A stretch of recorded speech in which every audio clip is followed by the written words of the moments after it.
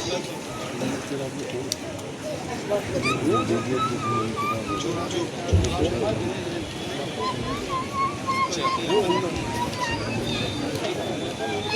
حول ولا قوة إلا بالله العلي العظيم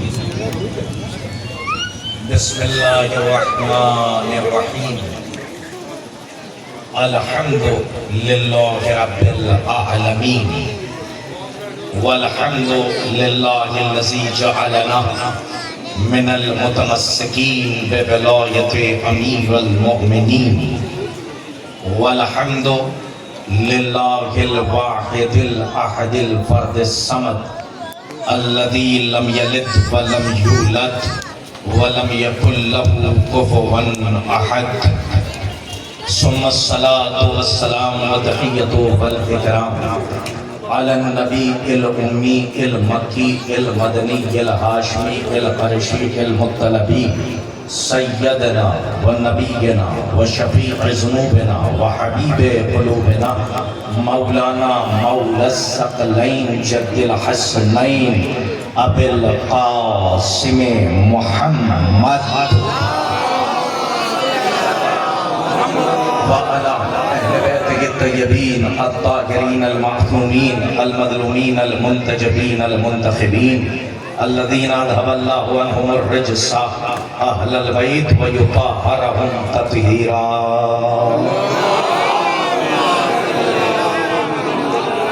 ولعنة الله على أعدائهم أجمعين من يومنا هذا إلى قيام يوم الدين أما بعد فقد قال رسول الله صلى الله عليه وآله وسلم بسم الله الرحمن الرحيم إن الحسين مذبح الهدى وسفينة النجاة نعرہ تکبیر اللہ اکبر ایسے نہیں ایک زبان ہو کر نعرہ تکبیر اللہ اکبر نعرہ تکبیر اللہ اکبر نعرہ رسالت یا رسول اللہ نعرہ رسالت یا رسول اللہ نعرہ حیدری نعرہ حیدری بآواز بلند نعرہ صلوات صلی علی محمد و علی محمد بتوفیق الہی بتائید سرکار ابا عبداللہ الحسین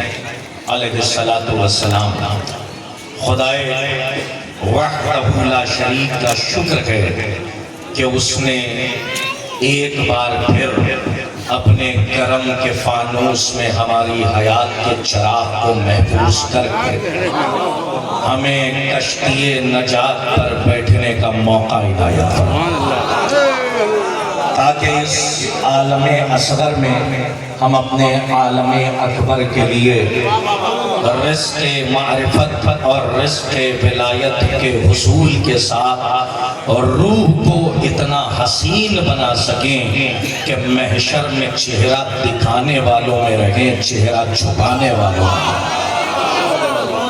تو جب اس بزرگ پروردگار عالم نے یہ موقع ہمیں دے ہی دیا ہے تو بلا تفریق مذہب و ملت میں نے جس شورِ آفاق حدیث مبارکہ کی تلاوت کی ہے یہ سرکار ختمی مرتبت کی بڑی مشہور معروف حدیث ہے کہ ان الحسین زیادہ پریشان کرنے کے لیے آیا بھی نہیں ہوں اس لیے کہ اس میں ہمارے جو ظاہر سی بات ہے بلکہ یہ جملہ میں ہمیشہ کہہ جاتا ہوں لیکن بس آج کہنے کا جی چاہ رہا ہے. لوگ یہ کہتے ہیں کوئی حنبلی ہے کوئی شافعی ہے کوئی مالکی ہے. کربلا کے بعد صرف دو ہی مذہب ہیں یا یزیدی ہیں یا حسینی ہیں.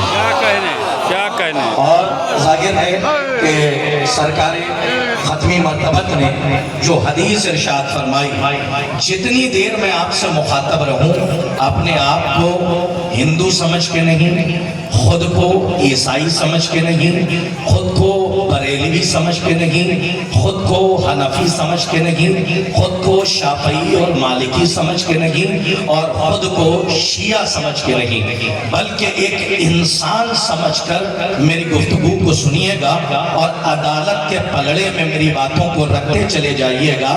اگر بات عدالت پر ہو تو سبحان اللہ کہہ دیجئے گا، ورنہ تقریر کے بعد سوال کا پورا دفتر کھلا ہوا ہے۔ سرکار ختمی مرتبت نے ارشاد فرمایا، ان الحسین مصباح الہدی و سفینۃ النجات۔ جب وقت کم ہے تو اپنی رفتار کو تیز کیجئے۔ کیا فرمایا کہ حسین ہدایت کا چراغ ہے۔ میرا پہلا جملہ روانہ ہو رہا ہے، اسے قبول فرمائیے۔ رسول نے 1400 سال پہلے فرمایا کہ حسین ہدایت کا چراغ ہے۔ تو چراغ نہ سنی ہوتا ہے، نہ وہابی ہوتا ہے، نہ حنبلی ہوتا ہے، نہ ہندو ہوتا ہے، نہ شیعہ ہوتا ہے، بلکہ چراغ کا کام یہ ہے اگر غریب کے گھر میں بھی جل جائے تو روشنی عطا کر دے۔ آج کے میری بات واضح ہو جائے، 1400 سال پہلے امام حسین کو اور امام حسین کی ذات کو چراغ ہدایت سے سرکار ختمی مرتبت نے تشبیہ دی اور یہ بتایا کہ حسین کی ذات ایک چراغ ہدایت ہے۔ کبھی اسے فرقہ واریت میں مت بانٹنا، تم جو ہو وہ اپنے آپ میں ہو، لیکن حسین کسی ایک مذہب کا نہیں ہے، بلکہ حسین نے پورا گھر جو لٹایا ہے وہ انسانیت کو بچانے کے لیے لٹایا ہے۔ بلکہ ایک جملہ کہہ کر میں آگے بڑھنا چاہتا ہوں، ان لوگوں کو کبھی انسانیت مل ہی نہیں سکتی جو حسین کے دروازے پر نہ آ جائیں، اور اگر انسانیت چاہتے ہو تو تمہیں حسین کے دروازے پر آنا ہوگا۔ یہ تو تھی تمہید، اور اب ہے میری گفتگو کا یہاں سے آغاز، اور دو میسج دینا چاہتا ہوں، اور یہ دونوں میسج بلا تفریق مذہب و ملت، اور دو سوالوں کے جواب۔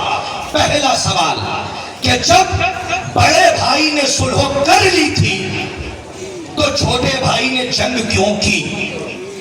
نہیں سننا چاہتے تو متبسم ہو جائیے۔ جب بڑے بھائی نے صلح کر لی تھی تو چھوٹے بھائی نے جنگ کیوں کی؟ امام حسن نے جب صلح کی تھی تو کیا ضرورت تھی کہ امام حسین نیام سے تلوار نکالے؟ پہلا سوال کا جواب آج کی تقریر میں اور ڈائس پہ بیٹھے ہوئے علماء خاص طور پر ملاحظہ فرمائیں۔ اور دوسرا سوال ہمارے بھائیوں کا کہ کب تک یزید پر لعنت کرو گے؟ وہ قادر مطلق ہے، وہ چاہے تو یزید کو جنت میں بھیج دے اور علی والوں کو اور عزاداروں کو جہنم میں بھیج دے۔ بس یہ دو سوال ہیں، دونوں کے جواب دے کر آج میں تقریر کو پائے تکمیل تک پہنچا رہا ہوں۔ صرف 30 منٹ ہے، میں ہو سکتا ہے 29 منٹ میں ممبر چھوڑ دوں، لیکن اپنی فکر کو نجف تک پہنچائیے تاکہ میرا تیر اپنے ہدف تک پہنچ جائے۔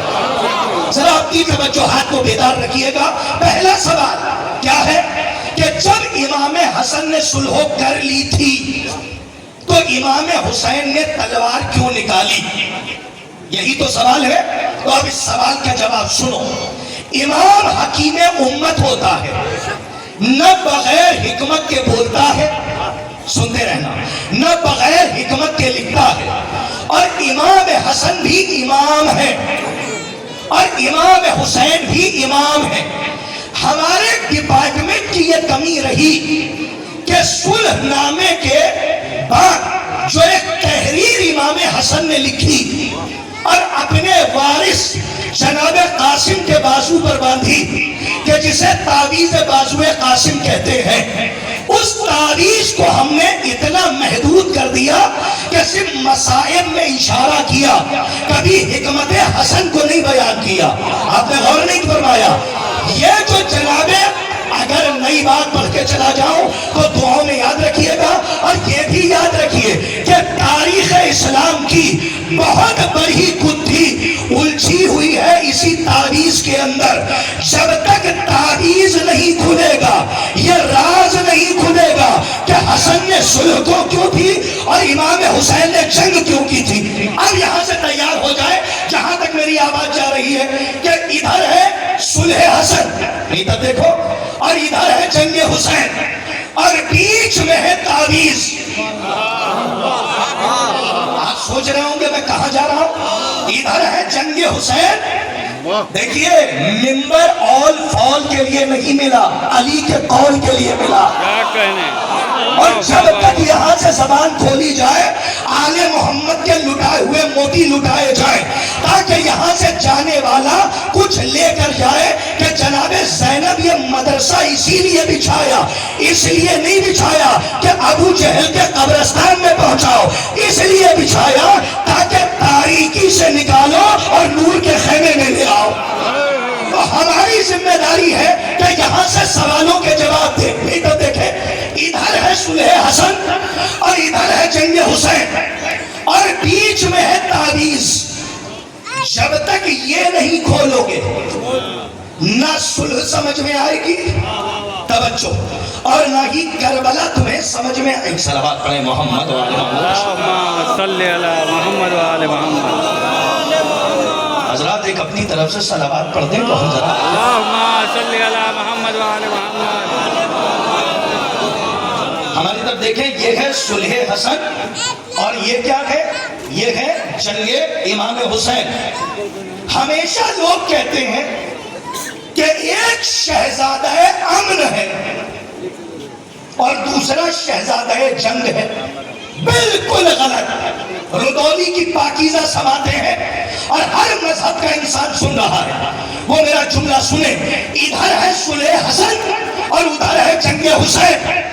نہ ایسا نہیں ہے کہ ایک شہزادہ صلح ہے اور ایک شہزادہ جنگ ہے, بلکہ اسے یوں سمجھو, حسن کی صلح باطل کے لیے جنگ ہے اور جنگ حسین انسانیت کے لیے امن ہے. کیا کہنے. میں نے کتنا بڑا جملہ کہا, گھر جا کے سوچئے گا کہ صلح حسن باطل کے لیے جنگ ہے اور جنگ حسین انسانیت کے لیے امن ہے. میں نے کیا شکل دی ہے, تصویر دیکھیے. ادھر ہے صلح, ادھر ہے جنگ اور بیچ میں ہے تعویذ. تو جب صلح ہوئی تھی تو امام حسن نے شرطیں منوائی تھی یا مانی تھی؟ جہاں تک میرے مسلمان بھائی سن رہے ہیں تاریخ کو سمجھیں, یہ بتائیے کہ مانی تھی یا منوائی تھی؟ صلح نامے کا رشتہ سب سے بڑا تعویذ بازوئے قاسم سے ہے. جب تک دونوں کو ملاؤ گے نہیں سمجھ میں نہیں آئے گا کہ حسین نے تلوار کیوں نکالی اور حسن نے قلم کیوں چلایا. سب سے پہلے ضرورت ہے کہ اس تعویذ کو سمجھو جو حسن نے دونوں کے درمیان باندھا اپنے بیٹے کے بازو پر. امام حسن نے صلح نامہ تحریر کیا, چلتے آؤ, تو اس میں شرطیں لکھوائیں. شرطیں کیا ہے؟ خود منوا رہے ہیں بادشاہوں کی طرح. اور کیا کہا کہ اے امیر شاہ, میری پہلی شرط کہ جہاں جہاں بھی علی کے چاہنے والے رہتے ہیں ان پر تو ظلم نہیں کرے گا. سنتے آئیے.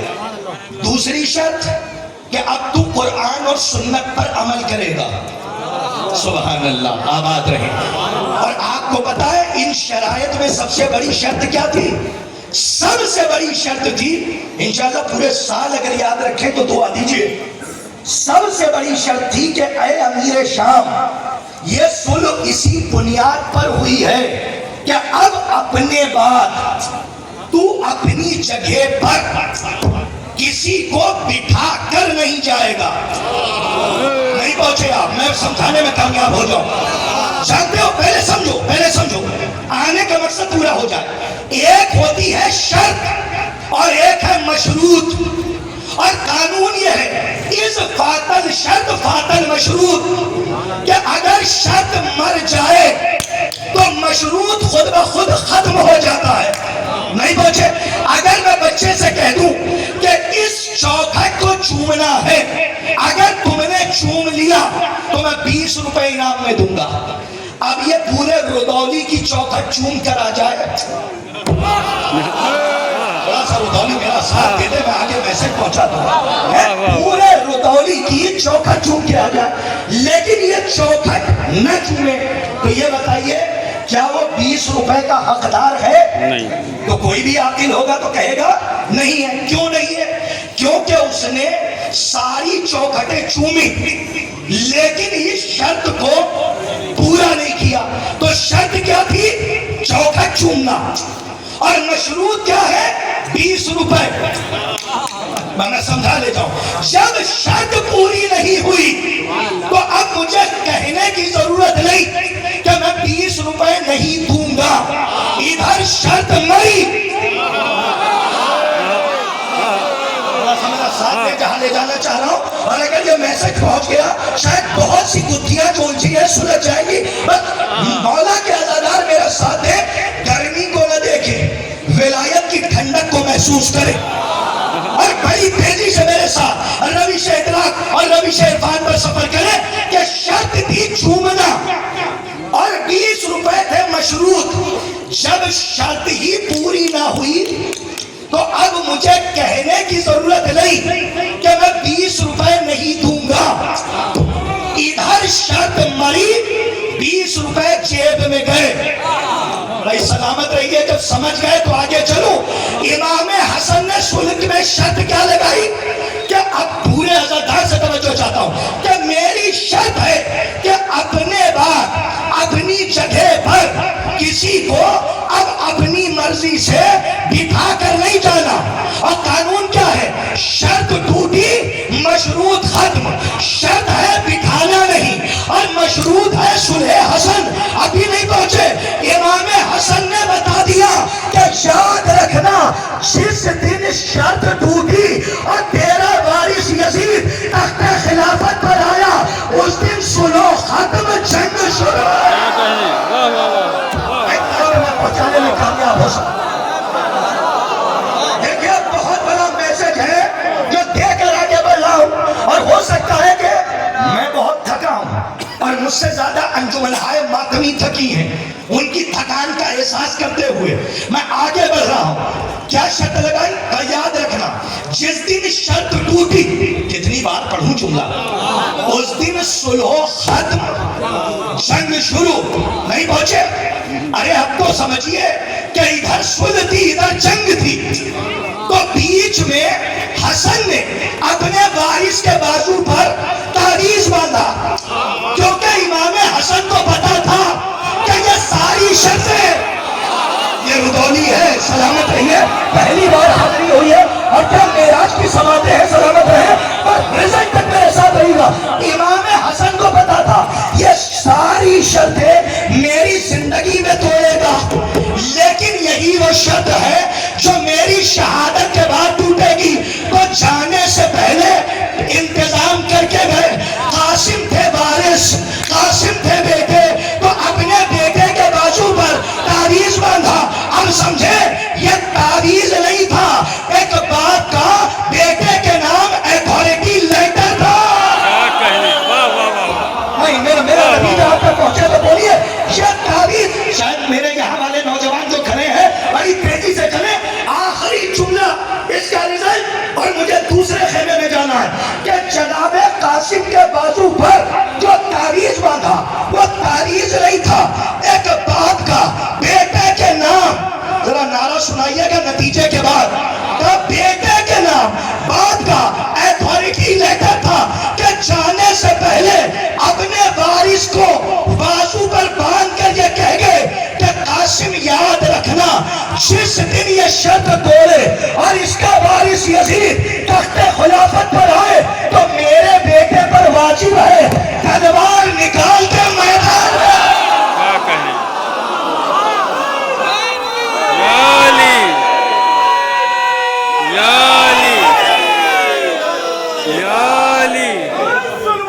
اللہم صلی علی محمد و آل محمد. کیا فرمایا؟ کہ میرے وارث پر واجب ہے. شاداب صاحب، میرے بیٹے پر واجب ہے کہ تلوار نکال کے میدان میں آ جائے. اب سمجھے کربلا میں یہ قاسم نے تلوار نہیں نکالی تھی.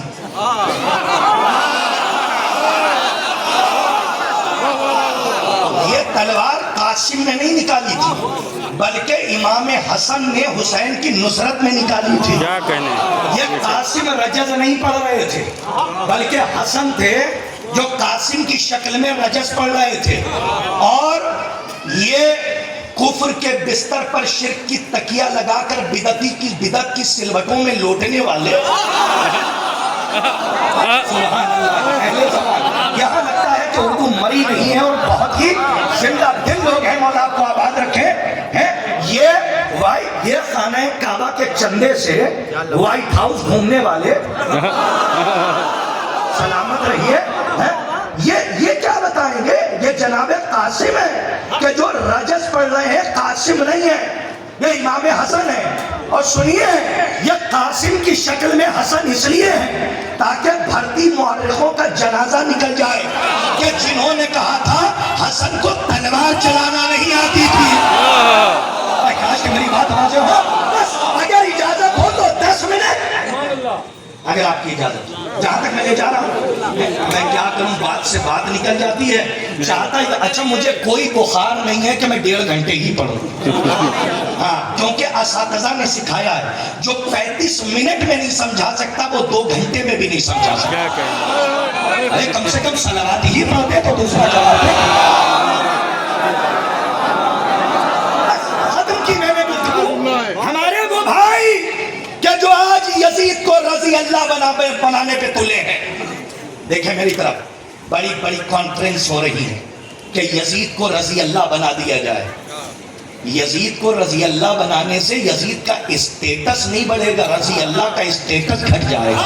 کیا کہنے، واہ واہ واہ واہ واہ، بالکل صحیح بات۔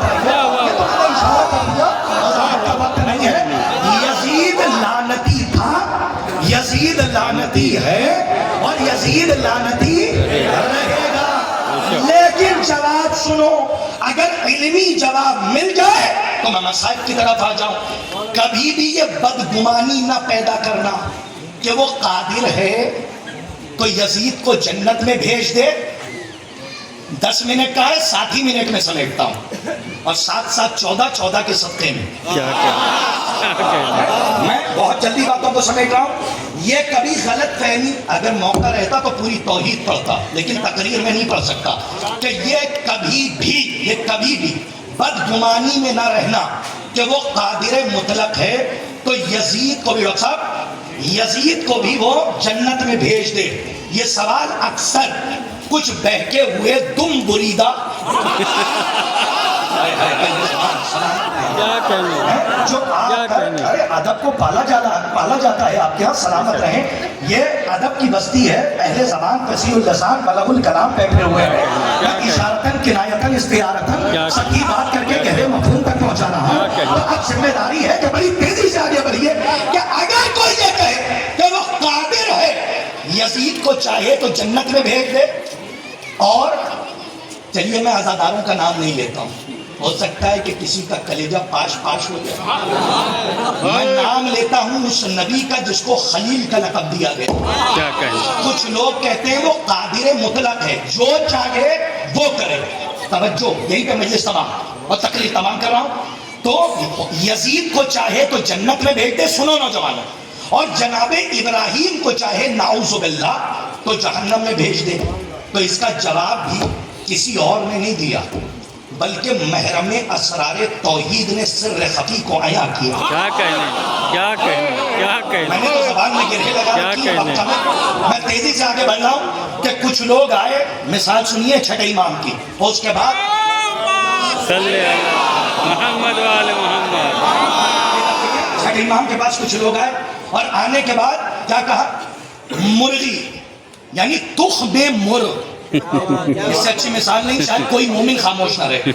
تخم مرغ اس کو فارسی میں کہتے ہیں، یعنی مرغی کے انڈے کا چھلکا جس کا ذکر ہے۔ کچھ لوگ چھٹے امام کی خدمت میں لے کر آئے کہ جن کے شاگرد حضرت ابو حنیفہ ہیں، کیا کہنے حضرت امام جعفر صادق علیہ السلام، ان کی خدمت میں کچھ لوگ آئے عرب کے، اور تخم مرغ لے کر، انڈے کا چھلکا، اور پتہ ہے کیا کہا؟ کیا اس انڈے کے چھلکے میں کائنات آ سکتی ہے؟ کیا اسکالر اسٹوڈنٹس بیٹھے ہیں، سلامت رہیں۔ تو امام نے امام کے لبوں کے منبر پر تبسم کا خطیب بیٹھ گیا. امام نے مسکرا کے اور متبسم ہو کر کہا کہ تیرا سوال غلط ہے، اس کی قدرت پر سوال نہ کر. جو بنا سکتا ہے وہ سمیٹ بھی سکتا ہے. ارے امام کا سوال تو سنیے جو پیدا کیا، اور یہ اسٹوڈنٹس کے لیے تحفہ ہے. امام نے فرمایا اس کی قدرت پر سوال نہیں ہوگا، بلکہ سوال یہ کر کیا انڈے میں صلاحیت ہے جو کائنات کو سمیٹ لے. یہ پڑھا لکھا مجمع ہے، مولا آپ کو آباد رکھے، سلامت رہیے جہاں لے جا رہا ہوں. اور یہیں پہ تقریر تمام ہے. کیا انڈے میں صلاحیت ہے کہ جو کائنات کو سمیٹ لے؟ تو وہ چپ ہوئے تو ایک بدو اچھلا. تو علیم بذات صدور صفت کا مصداق میرا چھٹا امام، کہ جس نے دلوں میں رینگتے ہوئے احساسات کو پڑھا، لوہے دل کی عبارت چلی ہو گئی اور علی نے دیکھا. تو چھٹے امام نے کہا کہ تو ایسے خاموش نہیں ہوگا، بلکہ میں جانتا ہوں کیسے ہوگا. اس نے پوچھا وہی سوال، کیا انڈے کے چھلکے میں کائنات آ سکتی ہے؟ تو امام نے کہا آ سکتی نہیں ہے، آ چکی. اگر آپ تھک گئے اور آپ کو آباد رکھے. تقریر تمام ہے.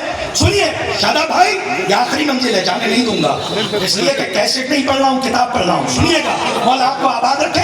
جلدی سے سنیے. اور تقریر تمام ہے کیونکہ ہم بھی بے چین ہو رہے ہیں اور آپ بھی زیادہ دیر آپ کھڑے نہیں ہو سکتے. سلامت رہیں. تو امام نے کیا فرمایا؟ آ سکتی نہیں ہے، آ چکی. کیسے؟ کہ یہ بتا انڈا بڑا ہے یا تیری آنکھ؟ سلامت رہے. کیسے کیسے رہبر اللہ نے آپ کو عطا کیے. کہ یہ بتا انڈا بڑا ہے یا تیری آنکھ؟ اس نے کہا انڈا چھوٹا ہے، کائنات آنکھ، انڈا بڑا ہے، کائنات آنکھ چھوٹی ہے. تو امام نے کہا ذرا کائنات میں نظر گھما. جو چیزیں تیرے وجود سے بڑی ہیں جیسے پہاڑ، اسے دیکھ، کیا وہ آنکھ میں آ رہا ہے؟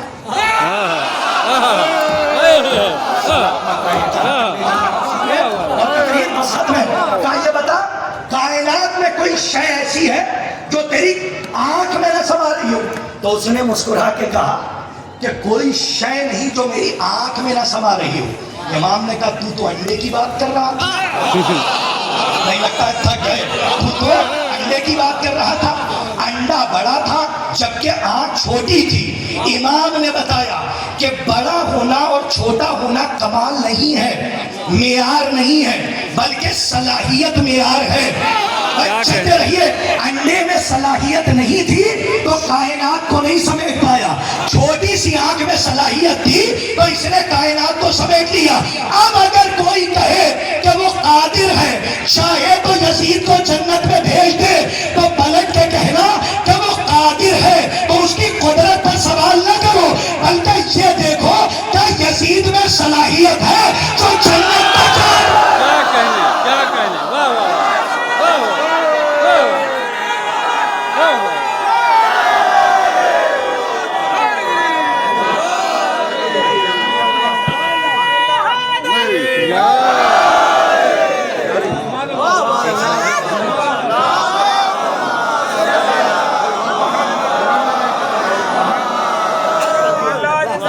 کے ساتھ مولا آپ کو شاد و آباد رکھیں. یزید میں صلاحیت نہیں کہ جنت تک چلا جائے، اور جہنم کی آگ میں صلاحیت نہیں جو ابراہیم کے کردار تک آ جائے. کیا کہنے واہ واہ واہ واہ. کیا کہنے واہ واہ. اور صلاحیت ہی عدالت طے کرتی ہے. بے شک. جتنی صلاحیت ہوگی اتنا ہی عطا کیا جائے گا. سبحان اللہ. کیا کہنے آپ کے ولولے کے، کیا کہنے آپ کے جذبہ ایمانی کے. آج آپ نے مولا کا چہلم کیا ہو، تو گھر میں کھانا بھی بنوایا ہو. آج آپ نے پانی کا انتظام بھی کیا ہوگا. آج آپ نے جب نظر دلوائی ہوگی تو پھل بھی رکھے ہوں گے. لیکن گھر جائیے گا تو اس شب کو بس شام غریبہ سمجھیے گا، غریبوں کی شام، اور گھر جا کر جب اندھیرا ہو جائے لگے کہ کوئی تمہیں سن نہیں رہا ہے سوائے امام کے اور خدا کی، تو بس اپنے آپ سے پوچھنا کہ آج ہم نے جب حسین کا چہلم کیا تو اتنے انتظام کیے، لیکن جب غریب بھائی کا چہلم غریب بہن نے پہلی بار کیا تو اس غربت کے عالم میں کیا کہ کچھ پیش بھی نہیں کر سکتے تھے سوائے آنسوؤں کے۔ بیوی آپ کو جزا دے، آپ کی آوازوں پر رحمت کا نزول فرمائے، لیکن اس چہلم میں اس 4 سالہ بچی کو نہ بھول جانا کہ جسے کانٹوں پر چلایا گیا، اسے نہ بھول جانا کہ جسے سینے پر حسین سلاتے تھے۔ یہ شہزادی آپ کی ذات کتنی مظلومہ ذات ہے، آج آپ کے بابا کا چہلم کربلا میں شان سے منایا گیا، لیکن آپ کے روزے پر اندھیرا رہا۔